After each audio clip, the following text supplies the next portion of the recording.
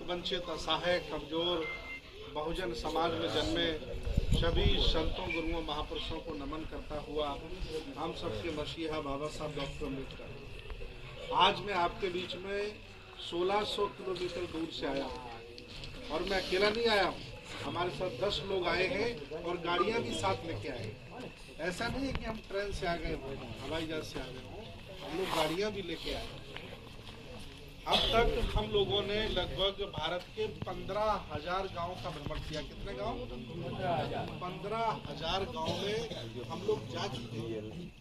और उन लोगों के बीच में जाते हैं जिनके पास पर्याप्त खाना नहीं है, पर्याप्त शिक्षा नहीं है, बेरोजगारी है, गरीबी है, और उनके बीच में जाकर उनसे बात करते हैं कि आखिर इसका कारण कौन है।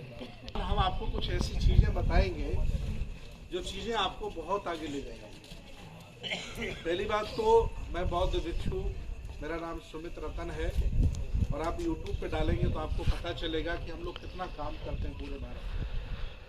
तमाम ऐसे लोग हैं जो एक मुकाम हासिल करके, एक पढ़ाई लिखाई करके कभी गरीबों की बस्तियों में नहीं जाते, कभी उनके यहाँ खाना नहीं खाते, पानी नहीं पीते हैं, लेकिन हमारे पास मान सम्मान की कोई कमी नहीं है, मुकाम की कोई कमी नहीं है, फिर भी रात्रि में आपके बीच में मैं खड़ा हूँ। क्यों?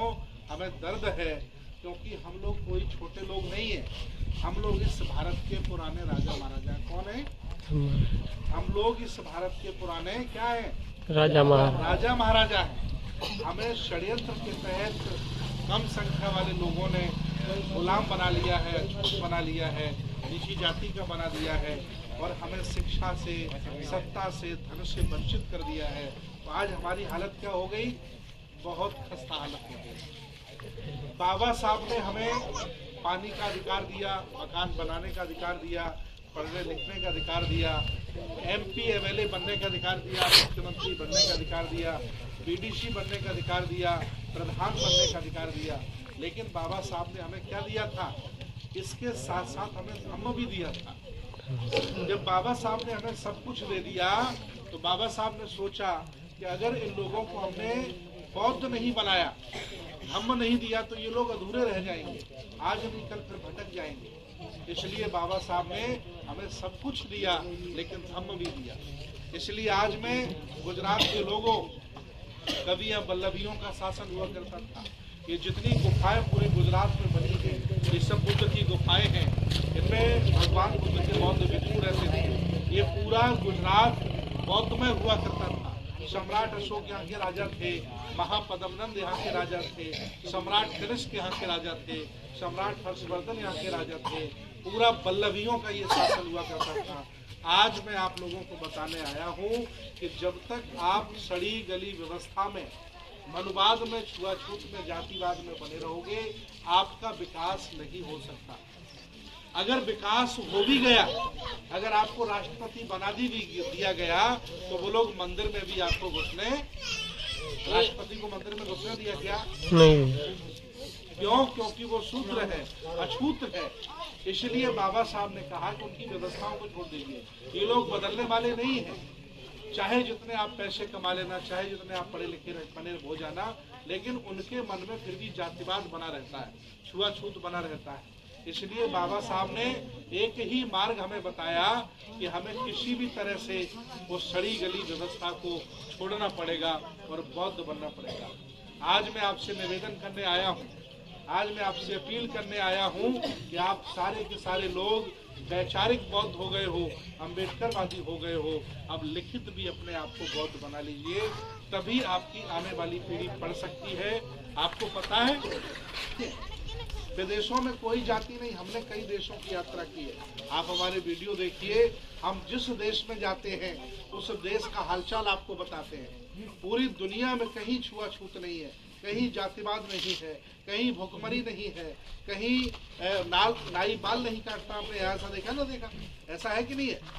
हमें छूता नहीं है, हमारा ही व्यक्ति वनवासी आदिवासी हमें नहीं छूता है। लेकिन ऐसा दुनिया में कहीं नहीं है, ऐसा भारत में है। इसलिए हमें इस व्यवस्था को छोड़ना पड़ेगा और बाबा साहब के बताए हुए मार्ग पर हमें चलना पड़ेगा। मैं बड़ा चकित रहता था कि गुजरात, लेकिन जब गुजरात में आके देखा तो यहाँ बहुत जातिवाद है। इन लोगों ने खत्म नहीं किया, झूठ बोल करके लोगों को ठगा है। इसलिए आज मैं आपसे कहने आया हूँ कि ये सड़ी गली व्यवस्था को छोड़ दीजिए और देखिए आपका भाई जे जोगड़िया इसी व्यवस्था से निकालने के लिए काम करता था, करता नहीं करता। मैं चाहता हूँ इस गांव से 2-4 अच्छे लोग, पढ़े लिखे लोग निकले, हमारे साथ जुड़े, उन्हें हम राजकोट में, सूरत में, अहमदाबाद में अच्छी अच्छी जगह जोड़ते हैं, ताकि वहाँ से जब वो जुड़ जाएंगे तो यहाँ के लोगों को प्रकाश देते रहेंगे और यहाँ के लोगों के बीच में काम करते रहेंगे। और ये जो मेरी माताएं बहनें हैं ना, इनको भी हमें बदलना पड़ेगा, इन्हें भी अपने विचार परिवर्तित करने पड़ेंगे। अगर माताएं बहनें नहीं बदलेंगी तो हमारा धर्म अधूरा है, हमारी विचारधारा अधूरी है। बाबा साहब से पहले महिलाओं को पढ़ने का अधिकार नहीं था, लेकिन बाबा साहब ने महिलाओं के लिए जो मार्ग खोला है ना, अब महिला यहाँ की प्रधानमंत्री भी बन सकती है, मुख्यमंत्री भी बन सकती है। भगवान बुद्ध के धर्म में कोई छुआछूत नहीं है, कोई जातिवाद नहीं है, कोई ऊंच नीच का भाव नहीं है, अब महिला पुरुष समान है। इसलिए इतना अच्छा धर्म है, आप लोग इसमें आइए और अपना जीवन भविष्य बच्चों का आगे बढ़ाइए। इसी उम्मीद के साथ मैं आपके बीच में आया हूँ कि आप बदलेंगे, परिवर्तन करेंगे। और मेरे नंबर भी आप ले लीजिए, अपने नंबर हमें भी दे दीजिए और परमानेंट आप जुड़े रहिए। मैं 2 चीज़ें आपसे कहने आया हूँ गाँव के लोगों। एक तो एक छोटा सा बुद्ध विहार यहाँ बनाइए। देखिए, बाहर के द्वारा बनाया गया बुद्ध विहार श्रद्धा आपकी नहीं ले सकता है। जब छोटा छोटा पैसा इकट्ठा करके आप बुद्ध विहार बनाएंगे तो उसे अपना मानेंगे। क्या मानेंगे? कि मेरा विहार है। एक छोटी सी जगह ग्राम समाज की हो या जिसके पास ज्यादा जमीन हो वो जगह दे दे, छोटा सा एक बुद्ध विहार आप बनाइए और बाबा साहब की मूर्ति और बड़ी लगाइए, है ना। और वहाँ लाइब्रेरी बनाइए, किताबें रखिए, ताकि पढ़े लिखे बच्चे पढ़ेंगे तो पता चलेगा कि दुनिया कितनी आगे निकल गई, दुनिया में भगवान बुद्ध का दर्शन फैल गया और हम लोग अंधेरे के अंधेरे में।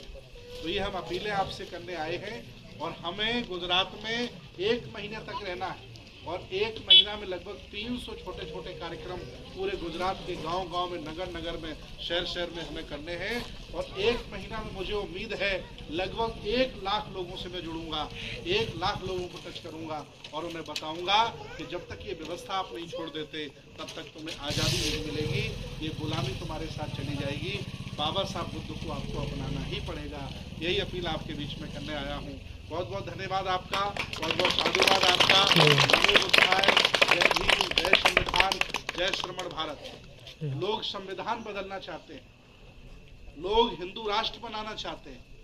अगर आप उठ के खड़े नहीं होगे, इनके खिलाफ नहीं लड़ोगे तो क्या होगा? संविधान अगर बदल गया तो सारे अधिकार छिन जाएंगे।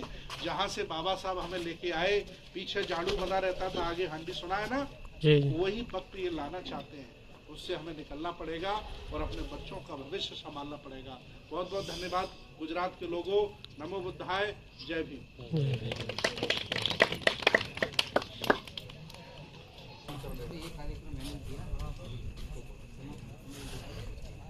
आए हुए लोगों का सम्मान कर आगे आइए, बोलो बोलो। जय भीम, नमो बुद्धाय। आज साહેબ જોગડિયા સાહેબ વચ્ચે નથી રહ્યા અને સુરતના કાર્યક્રમ છે। આજે આ ભંતીજી ક્ષેત્ર પ્રવૃત્તિ આવ્યા છે, આપણે એને હાજર કરવા આપી સંપૂર્ણ। चलिए बहुत बहुत आप सभी लोगों को इनको फूल से उनको बहुत पानी सभी लोग ऊपर हो जाए। मौन देखिए, मौन रहना है 2 मिनट के लिए। आवाज